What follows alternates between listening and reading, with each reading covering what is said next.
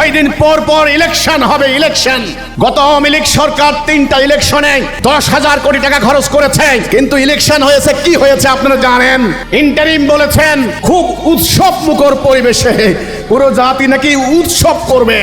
সারা দেশের পরিস্থিতি, সকল দলকে মাঠে নামার পারমিশন 1 সপ্তাহ হয় নাই, সারা দেশে উৎসব শুরু হয়েছে। এটা উৎসব নয়, এটা মহোৎসব। মারামারির মহোৎসব, খুনাখুনির মহোৎসব, কালো টাকায় প্রতিসব মানুষের হৃদয় অন্ধকার করে দিচ্ছে। আর রাজনৈতিক নেতারা মঞ্চে দাঁড়িয়ে হাজারো মানুষের সামনে যে ওয়াদা করছেন, আমি হলফ করে বলতে পারি তারা এই ওয়াদা রক্ষা করতে পারবেন না। এটা রাজনৈতিক ওয়াদা, জনগণ জানে এই ওয়াদার কোনো মূল্য নাই। ভোটের দিন একদিনের জন্য আপনাকে কত তোয়াজ করে, ভোটের পরের দিন থেকে আপনার সাথে আর কোনো সম্পর্ক নাই। এ রাজনীতি আল্লাহ রাসূল শেখান নাই। মুসলমান এই ধাপ্পাবাজের রাজনীতি করতে পারে না।